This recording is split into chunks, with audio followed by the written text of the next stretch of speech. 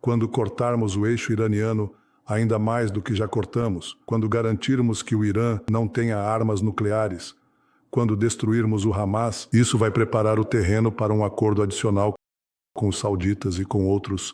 A propósito, eu também acredito no mundo muçulmano porque é paz através da força. Quando somos muito fortes e estamos juntos, as objeções que são levantadas agora são uma mudança insuperável.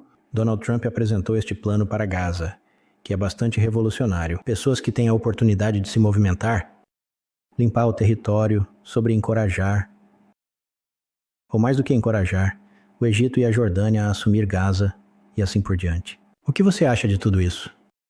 Eu acho que a proposta do presidente Trump é a primeira. Ideia nova, em anos, e tem o potencial de mudar tudo em Gaza. Você sabe, neste país, há muitas pessoas que ainda se perguntam qual foi o papel, se é que teve algum, da Arábia Saudita nos ataques de 11 de setembro. Agora, há muita conversa sobre a Arábia Saudita, sobre a paz com a Arábia Saudita. E então você lê nos jornais, bem, a Arábia Saudita diz que sim, mas eles têm uma ressalva. É necessário que haja um Estado palestino. Desde quando os palestinos se tornaram tão importantes para os sauditas? Bem, conseguimos os acordos de Abraão porque contornamos os palestinos, porque os palestinos, sejam eles do Hamas ou seus concorrentes, a autoridade palestina. Ambos querem ver o fim de Israel. A única diferença é que o Hamas diz: vamos usar isso imediatamente por meio do terror e de meios militares. E os outros dizem: não, vamos fazer isso por meio de guerra jurídica, pelo TPI. Vamos pressionar Israel a se retirar para essas linhas indefensáveis, onde temos 9 milhas de largura. O presidente Trump diz que Israel é muito pequeno. Sabe, ele vai direto ao ponto. Ele vai direto ao ponto. E ele simplesmente dirigia: bem, não podemos ser menores. Quer dizer, não vamos ter uma organização que está comprometida com a nossa destruição, 9 milhas do mar. Tudo o que eles têm que fazer é nos cortar ao meio e estamos mortos. Então, sim, isso é algo que pode ter sido debatido em Israel, mas depois de 7 de outubro, depois do massacre, isso acabou. Ninguém vai fazer isso. Ninguém vai dizer: é só dar a eles um Estado palestino. Eles acabaram de ter é chamado de Gaza, sob o Hamas. Esse foi um Estado palestino eficaz. O que aconteceu com isso? Você vê, foi usado como um trampolim na tentativa de nos destruir. Quando completarmos a mudança no Oriente Médio, quando cortarmos o eixo iraniano ainda mais do que já cortamos, quando garantirmos que o Irã não tenha armas nucleares, quando destruirmos o Hamas, isso vai preparar o terreno para um acordo adicional com os sauditas e com outros. A propósito, eu também acredito no mundo muçulmano porque é paz através da força. Quando somos muito fortes e estamos juntos, as objeções que são levantadas agora são uma mudança insuperável. E isso aconteceu no primeiro mandato. Se você olhar o que alguns de nossos parceiros árabes estavam dizendo, ou as condições que eles tinham para os acordos de Abraão, isso nunca vai acontecer agora. Isso aconteceu porque tivemos uma parceria tão forte. E eu vou te dizer, eu não quero entrar em todas essas trocas verbais. Eles não são importantes. Se formos fortes, se formos vitoriosos, a paz virá, mais paz virá, e isso vai dominar o dia. Não tenho dúvida sobre isso. Senhor Primeiro-Ministro, Donald Trump apresentou este plano para Gaza, que é bastante revolucionário. Pessoas que têm a oportunidade de se movimentar, limpar o território, sobre encorajar, ou mais do que encorajar, o Egito e a Jordânia a assumir Gaza e assim por diante. O que você acha de tudo isso? Eu acho que a proposta do presidente Trump é a primeira. Ideia nova, em anos, e tem o potencial de mudar tudo em Gaza.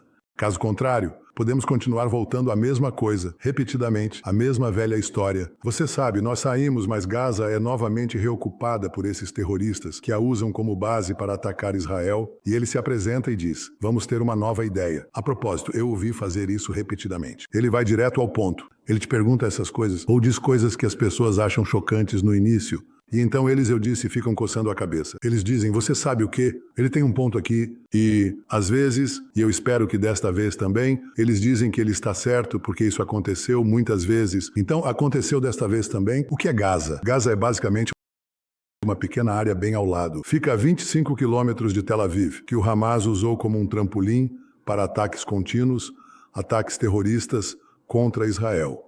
Nós entramos, você sabe, nós batemos neles, damos uma palmada e saímos, e então fazemos isso de novo, e fazemos, eles fazem de novo, nós fazemos de novo, não vai a lugar nenhum. Agora, fizemos algo diferente. Nós vamos acabar com o Hamas. Você deixa as pessoas lá com toda essa devastação, Você diz bem, você sabe, eles têm que ficar dentro, confinados, porque ninguém os deixa sair. Todo mundo descreve Gaza como a maior prisão a céu aberto do mundo. Você sabe por quê? Porque não tem permissão para sair. E, portanto, você sabe, eles estão se tornando cada vez mais densamente povoados, mais miseráveis, sendo dominados repetidamente por esses terroristas. E entra o presidente Trump e ele diz: "Ei, abra o portão, deixe-os sair e eu vou encontrar um lugar de destino para realocação temporária. Como você vai limpar este local de devastação? A devastação causada pelo fato de que o Hamas estava lutando a partir de áreas densamente povoadas e nos forçou a agir. Também devastados pelas armadilhas que eles colocaram em cada casa. Muito disso é auto-infligido. Então, você sabe, tire a população de lá, deixe-os sair. Não é uma expulsão forçada. Não é limpeza étnica. Tirar as pessoas do que todos esses países e todos esses benfeitores dizem ser uma prisão a céu aberto. Por que você está mantendo eles na prisão? Tudo o que o presidente Trump está dizendo, eu quero abrir o portão e dar a eles a opção de se realocar temporariamente. Enquanto reconstruímos o lugar fisicamente, e enquanto também o reconstruímos em termos de desradicalização, você quer voltar, você tem que repudiar o terrorismo, mas você não pode voltar. Faça com que os países árabes, os países do Golfo e outros financiem a reconstrução. Eles sempre dizem que se importam com Gaza. Certo, aqui está uma chance de provar isso. Eu acho que essa é uma abordagem nova e a abordagem correta. Tem detalhes que precisam ser resolvidos, mas duas coisas, pelas quais o presidente Trump foi culpado, são totalmente falsas. Ele nunca disse que queria que as tropas americanas fizessem o trabalho. Adivinha? Nós faremos o trabalho. Você sabe, o Hamas nos atacou, nós vamos cuidar deles. Nós vamos eliminar eles. E a segunda coisa, ele não disse que o dinheiro dos contribuintes americanos vai fazer o trabalho. Ele disse que conseguiria financiamento independente para isso. Tenho certeza de que ele vai. Então, eu acho que essa é uma abordagem muito, muito boa. E em vez de desconsiderar isso, ou, você sabe, rir disso ou zombar, eu acho que devemos seguir em frente, porque eu acho que é a abordagem certa. Claro, você precisa definir o destino. Você precisa definir o destino para que eles possam se realocar em algum lugar. Eu acho que esse é o verdadeiro problema que está envolvido. Você está se oferecendo. Uma vez que você lhes dá a opção, eles vão embora. Você sabe como eu sei disso. Por quê? Eu recebi pedidos de Gaza antes da guerra de pessoas que queriam sair. Mas eles estavam trancados porque os vizinhos, o Egito, não abriram a porta. Essa é a verdade. E você sabe de uma coisa? Alguns deles pagavam subornos aos porteiros. Não os nossos, mas os porteiros no Egito. Eles os compravam. Então, os muito ricos saíram, mas aqueles que queriam sair não podiam sair. Dê a eles uma opção. Dê a eles uma opção. E eu acho que isso é simplesmente a coisa certa a se fazer. Eu acho que a maior parte do povo americano, com base em pesquisas repetidas que eu vi, eles entendem. Eles entendem. Cerca de 80% deles dizem que estão do lado de Israel. Ainda é inacreditável que 20% estejam do lado do Hamas. Mas esse é o problema das suas faculdades, das suas universidades de elite. Quer dizer, eles são irreconhecíveis. Eu fui a uma delas. Uma boa escola secundária americana. Nós dois estudamos na mesma escola secundária. Era uma escola secundária muito boa naqueles dias. Eu não sei o que aconteceu desde então. Acho que tivemos um terceiro. Ex-aluno é Reggie Jackson. De Jackson. O quê? Reggie Jackson. O que é isso? Então, Purdue algo. Reggie Jackson de Purdue. Eu não sei sobre nós dois, mas essas eram boas escolas. E então eu fui para o MIT. Fiz alguns cursos em Harvard. O que aconteceu? Quer dizer, eles foram envenenados. Com esse antissemitismo, com esse anti-americanismo, com essa cultura maluca e woke. Sabe o que é isso? Sabe, volte, América. Volte para onde você estava. Você representa as esperanças e as orações da maior parte da humanidade. A maioria das pessoas entende que a América é uma força do bem. Nós em Israel certamente entendemos isso. E eu acho que a maioria dos americanos entende isso sobre a América. E eles entendem que a América não tem aliado maior do que Israel. Israel é o maior aliado da América. A América é claramente o maior aliado que temos, mas Israel é o maior aliado da América. Nós fornecemos à América inteligência inestimável. E vou te dizer uma coisa, não só isso, quero dizer, temos alguns tecnólogos incrivelmente talentosos, e o que aprendemos no campo de batalha, as armas que desenvolvemos, nós compartilhamos com nossos irmãos americanos. Aqui você tem um aliado que está disposto a lutar. Você sabe, estamos lutando a nossa luta, mas ao fazer isso, estamos derrotando seus inimigos. Nossa vitória é a sua vitória. E nós carregamos o peso, sabe, com nossos valentes soldados, nossos valentes comandantes, nosso povo que se mantém, sabe, se mantém firme. E vou te dizer, você vai pelo Oriente Médio, sabe quem? É o maior apoio. Quero dizer, o único país que é solidamente pró-americano é Israel. Você sabe qual é o próximo país? Não há a qual se chama Irã. O povo do Irã anseia pelo dia em que esse regime acabe e quando eles podem expressar seu apoio, não apenas à América, mas a Israel. Sabe, eu faço esses vídeos a cada poucos meses. Eu faço um vídeo para o povo do Irã, eu falo com eles, sabe, transmito isso para o Irã. Você sabe quantas visualizações nós temos? Milhões. Milhões. E alguns deles respondem. Eu não conseguia acreditar nisso. Eles respondem com seus nomes e estão tão frustrados, eles simplesmente jogam a cautela ao vento porque odeiam esse regime. Eles querem ver um mundo diferente. E se você, ao reduzir o eixo do Irã, ao impedir que o Irã obtenha armas nucleares, estamos dando uma nova esperança de liberdade, não apenas para nós e para nossos vizinhos árabes, mas também para o povo do Irã. E é isso, sabe, tudo muda. Quando Israel e a América estão em sintonia e quando não há distância entre nós, possibilidades infinitas. Estou certo ou errado ao dizer que muitas das nações árabes estão torcendo por Israel?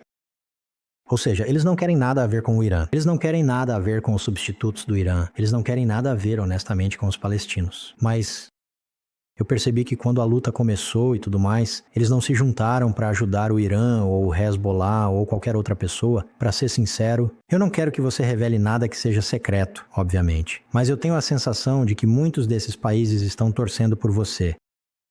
Você sabe, o que é dito publicamente e o que é dito em particular são duas coisas diferentes, obviamente. Mas eles entendem, olha, eu notei essa mudança.